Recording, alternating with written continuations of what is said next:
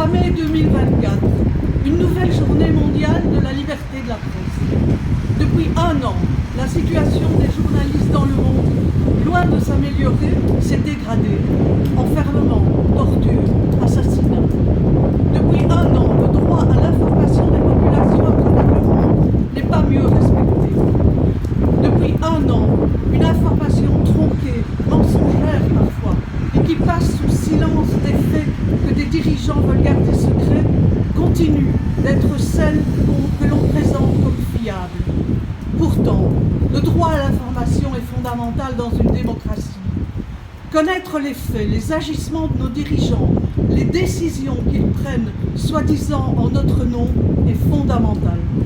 Nous le disons, mais le plus inquiétant est que ces mêmes dirigeants le disent aussi, se gargarisant de discours empathiques sur nos valeurs occidentales, nos libertés fondamentales, la liberté de la presse.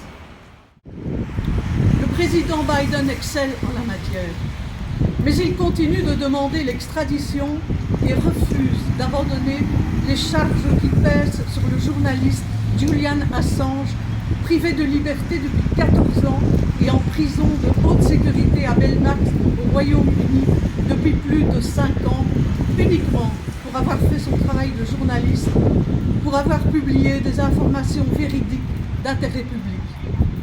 Un travail de journaliste honnête qui l'a amené à publier des documents authentifiés prouvant des crimes de guerre commis par l'armée des États-Unis en Irak et en Afghanistan. Comme par exemple la vidéo Collateral Murder tournée par les forces états-uniennes elles-mêmes et publiée par Wikileaks qui prouve de manière accablante ce type de crime. Mais au lieu de reconnaître leurs crimes, les États-Unis essayent de faire passer Assange et la plateforme Wikileaks pour des criminels. Aujourd'hui, en Palestine, les journalistes qui veulent rendre compte de la situation, de la politique coloniale meurtrière d'Israël, payent un lourd tribut. Bien sûr, cela ne date pas de cette année. Nous n'oublions pas Shirin Abu Akleh, tuée le 11 mai 2022 parce qu'elle faisait son travail de journaliste. Mais depuis le 7 octobre 2023, la situation s'est encore détériorée.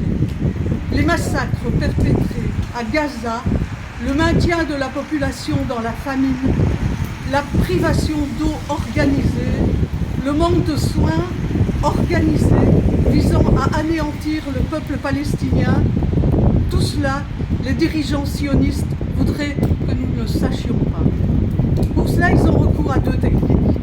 Conter des histoires et dissimuler la réalité. Plus de 110 journalistes ont été tués depuis le 7 octobre et des dizaines sont incarcérés dans les prisons d'Israël. Les vestes marquées presse des journalistes sont devenues des cibles pour les balles de l'armée d'Israël.